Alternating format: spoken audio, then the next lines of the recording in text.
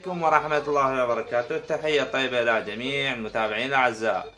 اليوم شرحنا حول تردد قناة العراقية. القناة العراقية تتكون من قناتين، قناة عراقية نيوز وقناة عراقية مسلسلات. مثل ما تشوفون هذه القناة، قناة هذه تعتبر قنوات يعني المسلسلات دراما، يعني قناة عادية مو أخبارية، برامج.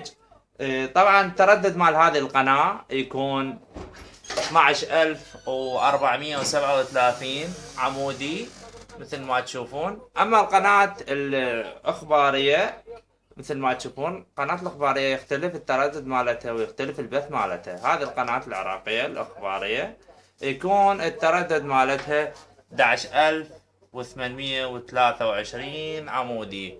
اذا ما طلعت عندك هذه يعني الاشارة مال هذا التردد، حاول تحرك الصحن شوية وهو يعني سات. وشكرا لكم ومع السلامة.